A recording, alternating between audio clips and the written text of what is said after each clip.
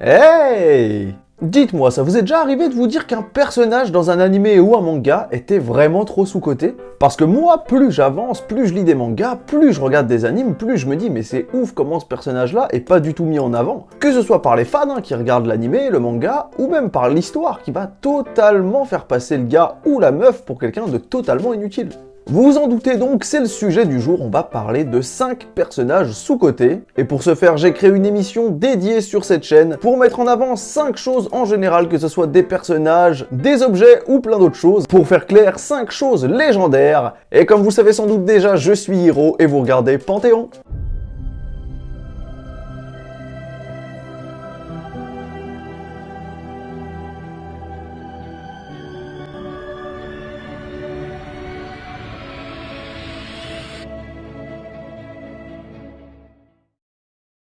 Aujourd'hui, ça sera le premier épisode de Panthéon, c'est pour ça que le décor n'est peut-être pas définitif. À l'heure actuelle, je sais même pas encore ce que j'ai mis en fond, mais c'est pas le sujet du jour, puisqu'on va parler, comme je l'ai dit, de 5 personnages sous-cotés de ouf dans les animés et dans les mangas, et on va commencer avec le numéro 1 de ce petit top, Usopp de One Piece.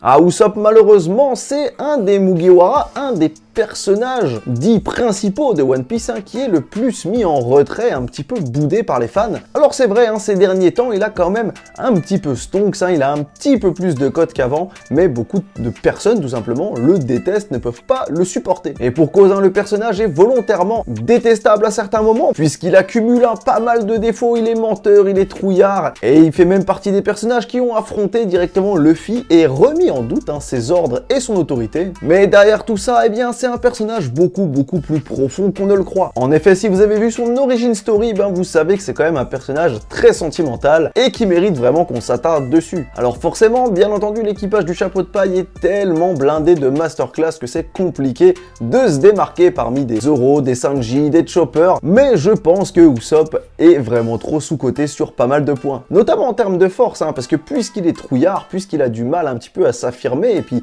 la plupart du temps, dès qu'il y a de l'action, dès qu'il y a quelque chose, il est le premier à vouloir décamper, il est souvent catégorisé comme quelqu'un de faible, sauf que pas du tout. Et encore plus aujourd'hui, on sait qu'il possède le haki de la précision, c'est un personnage vraiment très puissant, très précis du coup, avec son petit lance-pierre. Et puis surtout, depuis l'ellipse, il a vraiment pris pas mal de nouvelles compétences. Très clairement, même si le personnage peine, et surtout par le biais de son design, à se démarquer, je sais qu'il y a une communauté, comme je l'ai dit, qui commence un petit peu à encenser le personnage. D'ailleurs, j'ai vu sur les réseaux qu'il y a même des personnages qui l'ont érigé comme nouveau dieu, plus puissant que tout, celui qui pourrait défoncer Gogeta et Superman en même temps. Mais voilà, à mon sens, même si aujourd'hui il commence un petit peu à restonks, ça reste un personnage très sous-coté de la licence par rapport à des personnages qui lui font totalement de l'ombre, comme Zoro ou Shanks, comme je l'ai dit précédemment. On va continuer avec un deuxième personnage qui n'est pas forcément sous-coté par les fans, mais plutôt sous-coté dans son propre animé. Je vais vous parler de Asta, et c'est vrai qu'Asta a un problème, il est giga sous-coté, considéré comme hyper faible, tout simplement parce qu'il est le seul personnage de son univers, ou du moins je crois que c'est un des seuls personnages de son univers à ne pas posséder de magie. Du coup, malheureusement, pas de magie, pas de pouvoir, et il se fait totalement bolos par les autres. Sauf que forcément, c'est le personnage principal de son œuvre, de son manga et de son animé. Donc, vous vous doutez bien que ça va pas simplement rester un pauvre gars sans pouvoir qui se fait bolos. Et non, puisqu'en effet, Asta va découvrir plus tard qu'il possède, lui, un pouvoir un peu spécial, puisque lui possède un grimoire avec un trèfle à 5 feuilles, la 5e feuille représentant, je crois, le démon, et donc ça reste un personnage qui n'a pas de pouvoir magique, En tout cas, là où moi j'en suis dans l'animé et dans le manga, il n'a toujours pas de pouvoir magique, mais, ses épées, puisque son grimoire à lui va lui donner la possibilité d'utiliser plusieurs types d'épées, sont très pratiques, puisqu'elles ont la capacité d'annuler la magie des autres. Et là, ça devient très intéressant, puisqu'un mec peut lui faire des attaques de psychopathe, si c'est bien géré, un coup d'épée et il n'y a plus d'attaque. Alors forcément, un peu comme Naruto, son but c'est de devenir le personnage le plus cheaté de tout l'animé. Bon, je vais pas vous mentir, j'ai oublié le terme exact, mais en gros, c'est le magicien le plus puissant de tout leur univers, le sorcier le plus fort. Et du coup, Asta, son but, c'est de prendre sa place, de devenir un peu comme Naruto, le Hokage, et là, c'est à peu près la même chose. Mais forcément, dans beaucoup de combats, le perso est totalement sous-coté, et il passe totalement pour une brêle, puisque beaucoup d'ennemis ont la capacité de voir, un petit peu de calculer, comme dans Dragon Ball, la puissance magique que possède l'adversaire, et Asta, il en a 0, donc à chaque fois qu'il y a un fight qui va se lancer, les gens disent « mais tu te fous de nous ? Tu fais le show, t'as zéro magie, qu'est-ce que tu veux faire? Et c'est là qu'Asta sort l'artillerie lourde, ses petites épées. Je crois que même à l'heure actuelle, il a un espèce de mode démon. En clair, le perso est ultra sous-coté, mais il met tout le monde à l'amende. Allez, numéro 3 du classement, le personnage pour moi qui est très sous-coté, et bah c'est un personnage de l'attaque des titans, Armin. Puisque oui, à l'heure actuelle, pour ceux qui ont lu les tomes, pour ceux qui ont lu le manga, bon bah forcément Armin a un rôle un petit peu différent maintenant, mais je ne vous spoilerai pas. Mais pour ceux qui au départ regardaient l'animé et puis lisaient les premiers tomes, bah au début Armin c'est une super victime aux yeux de tout le monde. Clairement les gens le prennent un petit peu pour une petite nature, pour quelqu'un de très faiblard, d'ailleurs lui-même le dit, il finit par être totalement persuadé d'être inutile, d'être hyper faible. Mais quelque chose qu'il ne faut pas prendre à la légère, et ben c'est son intelligence. Le mec a un sens de la stratégie à toute épreuve. C'est simple, les 3/4 des plans que Erwin met en place sont des plans totalement suicides.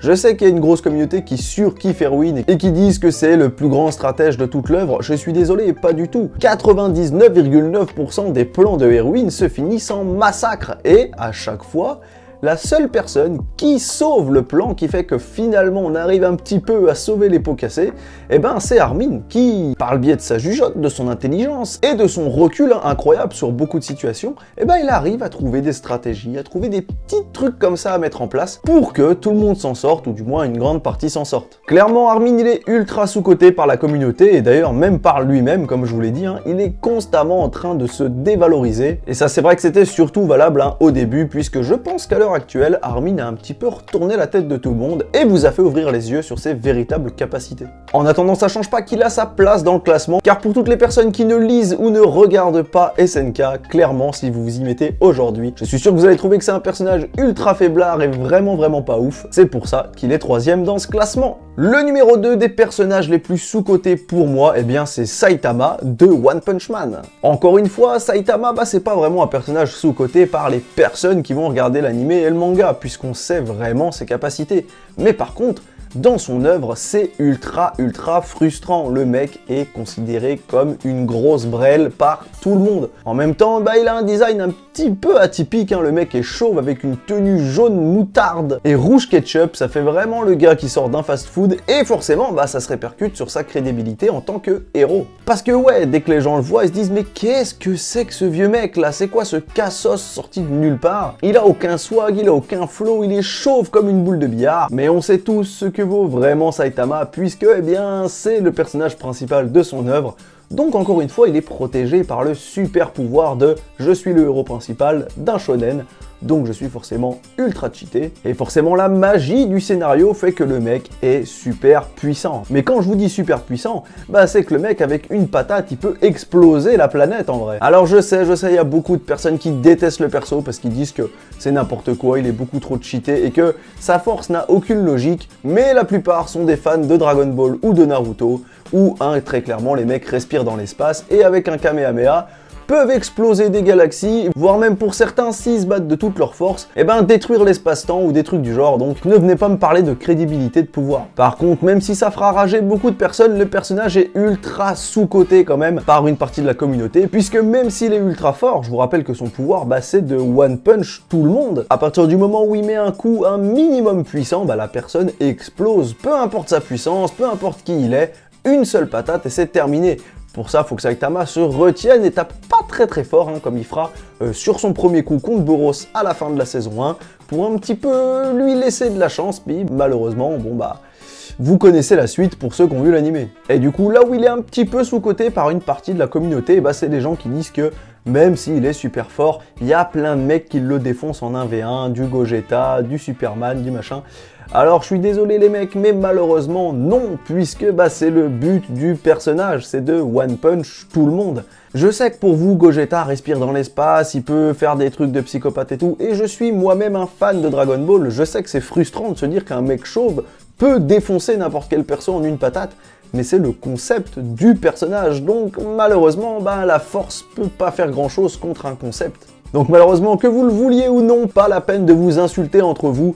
Malheureusement, Saitama, il one punch Superman et Goku, quoi qu'on y fasse. Alors arrêtez de le sous-coter et acceptez-le comme personnage vraiment trop cheaté, c'est pas grave, ça arrive et de toute façon, il est fait pour ça. Allez, on va clôturer ce petit panthéon des 5 personnages les plus sous-cotés à mon sens avec le dieu des personnages sous-cotés, le Arceus de tout l'univers des personnages sous-cotés, manga, animé confondus. Je vais bien entendu vous parler de Roronoa Zoro, bien sûr que non. Je vais vous parler de Sakura Haruno de Naruto.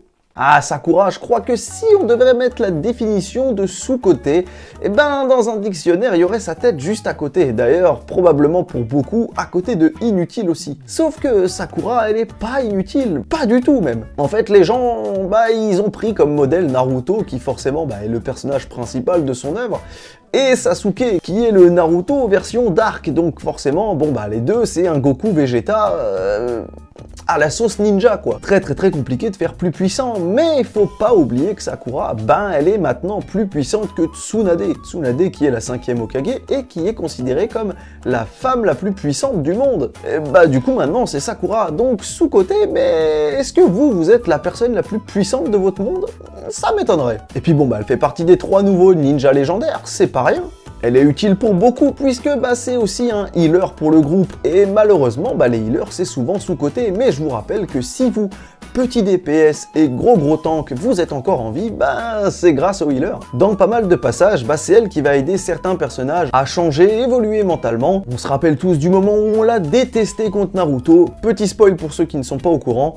Mais il y a un moment où elle va dire à Naruto qu'elle l'aime alors que c'est faux, c'est juste une manière de le retenir, et elle va partir seule pour essayer de tuer Sasuke. Donc forcément elle est super utile à l'intrigue, elle va permettre à Naruto d'évoluer mentalement, et puis ça va lui permettre aussi de comprendre que l'amour c'est pas toujours beau, c'est pas toujours rose, et que petit à petit il va se dévier de cette espèce d'amour qu'il a depuis qu'il est gosse, vers plutôt une sorte d'amitié, de complicité, pour se focus sur son objectif, et plus tard pouvoir trouver le véritable amour. Et puis Sakura c'est un personnage important pour un autre truc, c'est que pour ceux qui ont vu l'arc de la Grande Guerre, et là encore une fois un petit spoil, il y a carrément un moment où Naruto il claque, il est mort, et techniquement si t'es mort, t'es mort. Donc à ce moment-là, la guerre est perdue et Kaguya elle allait démonter tout le monde. Sauf que Sakura, encore une fois, elle en a dans le pantalon puisqu'elle va avec une petite lame découper l'intérieur du bide de Naruto pour y glisser sa main. Donc déjà il faut avoir envie pour aller récupérer son cœur de pleine main et le faire battre manuellement. Alors elle est inutile, elle est sous-côté, mais est-ce que vous, si quelqu'un de votre famille, si un proche